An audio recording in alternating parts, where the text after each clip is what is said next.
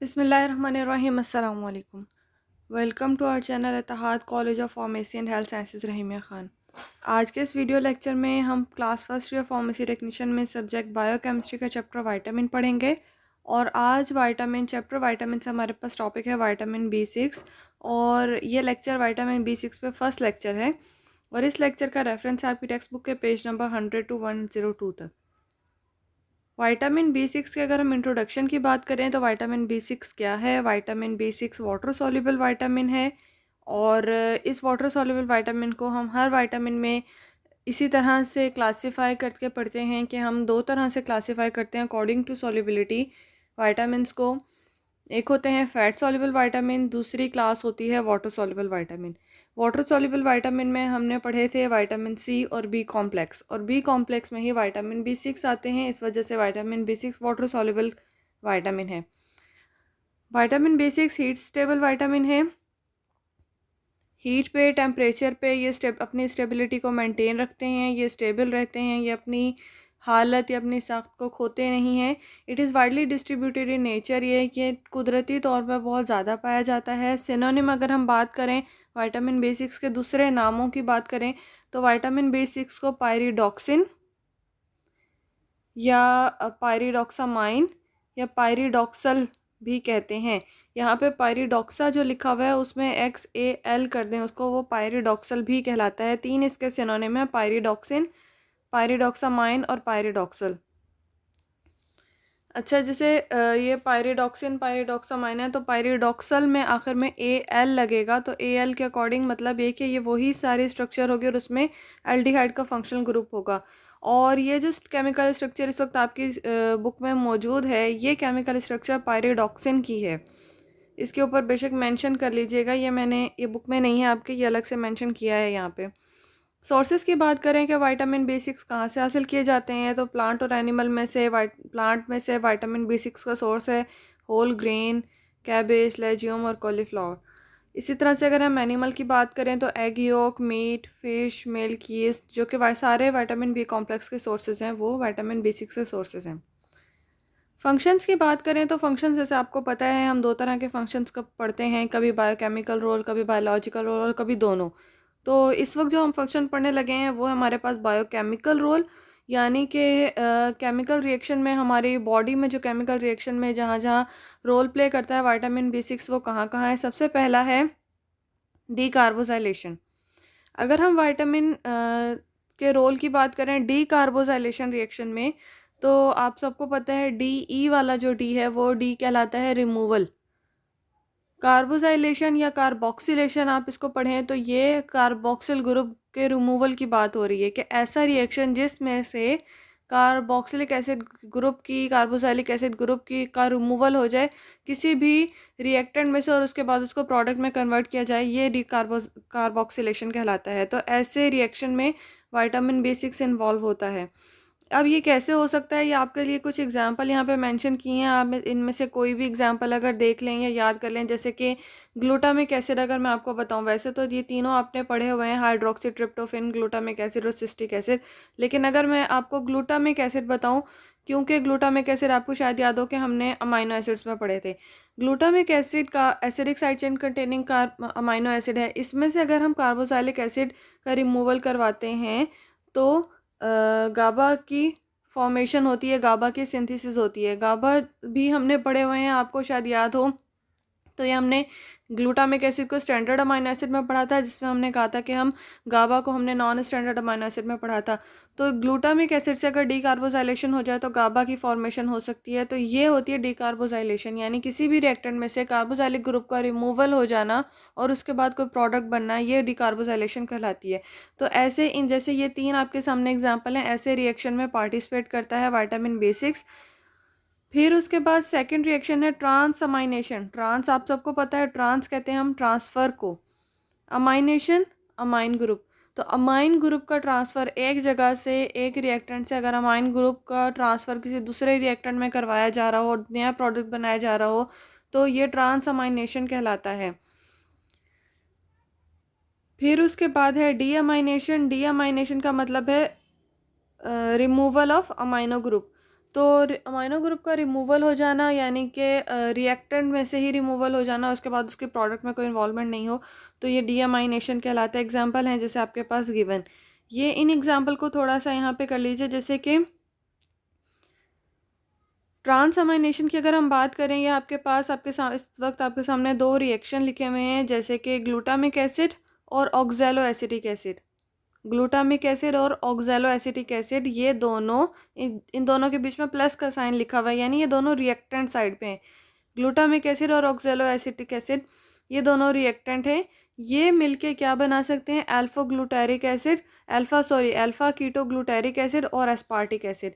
अगर आप अपनी बुक में देखें तो यहाँ पे कुछ इस तरह से लिखा हुआ है, oxaloacetate, glutamate, aspartate plus ketoglutarate. आपने इस पूरे रिएक्शन को सिर्फ इस तरह से सही करना है कि आपने लिखना है ग्लूटामिक एसिड और ऑक्सैलो एसिटिक एसिड, ये मिलके अल्फा कीटो ग्लूटेरिक एसिड और एस्पार्टिक एसिड बनाते हैं। और इसके अलावा जो दूसरा रिएक्शन है आपके पास, ग्लूटामिक एसिड और पायरोविक एसिड, वो मिलके आपके पास अल्फा कीटो ग्लूटेरिक एसिड और इसके साथ एलानिन बनाते हैं। ये ट्रांसअमाइनेशन रिएक्शन के दो रिएक्शन हैं। डीअमाइनेशन की हम बात करें तो सीरीन होगा, सी रिएक्टेंट साइड पे सीरीन से पायरोवेट और अमोनिया बनेगा। ये यहाँ पे आपके सामने शो हो रहा है, सीरीन है, एल सीरीन है, एल सीरीन से डीअमाइनेज एंजाइम के थ्रू पायरोवेट बनेगा और वो फर्दर रिएक्शन में रोल प्ले करेगा।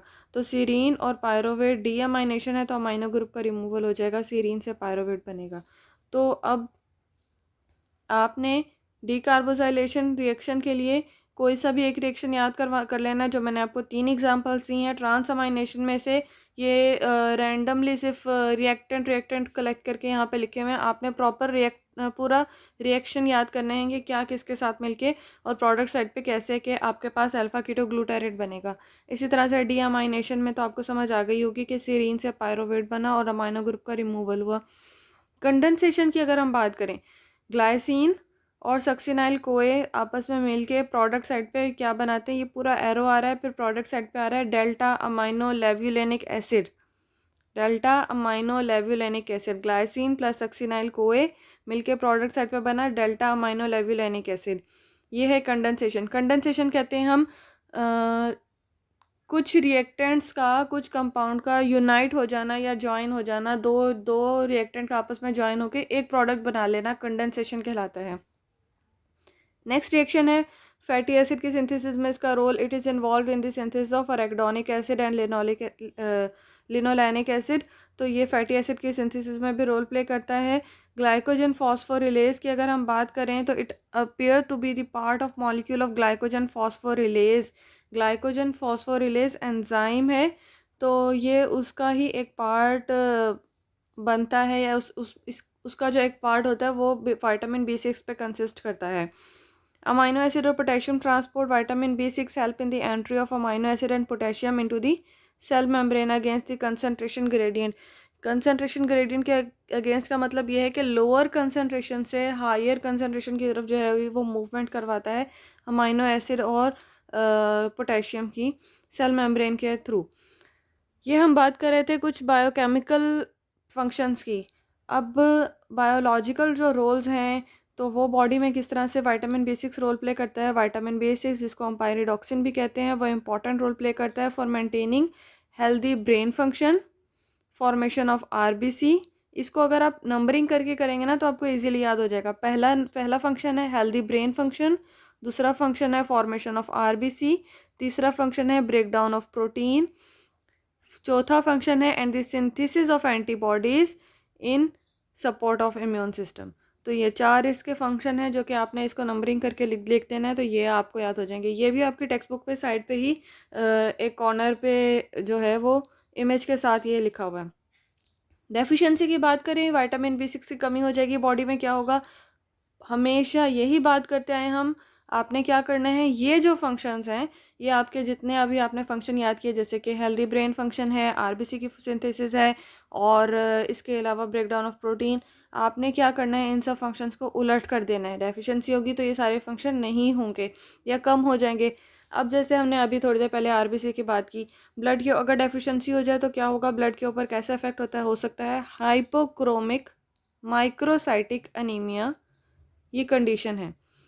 हाइपोक्रोमिक माइक्रोसाइटिक है, micro small, cytic cell, cell small रह जाएगा।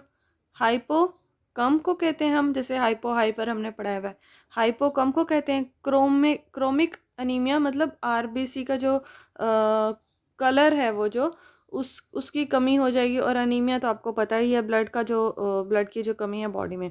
As the name suggest, in the type of anaemia in which the circulating RBC are smaller than the usual size, जो circulating RBCs हैं वो छोटे हो जाएंगे आम साइज से, इसी वजह से कहलाया माइक्रोसाइटिक। और इसके अलावा उसमें जो रेड कलर है वो कम हो जाएगा, इसीलिए कहलाया हाइपोक्रोमिक। तो ये कंडीशन कहलाई हाइपोक्रोमिक माइक्रोसाइटिक एनीमिया। दूसरी कंडीशन लिम्फोसाइटोपीनिया।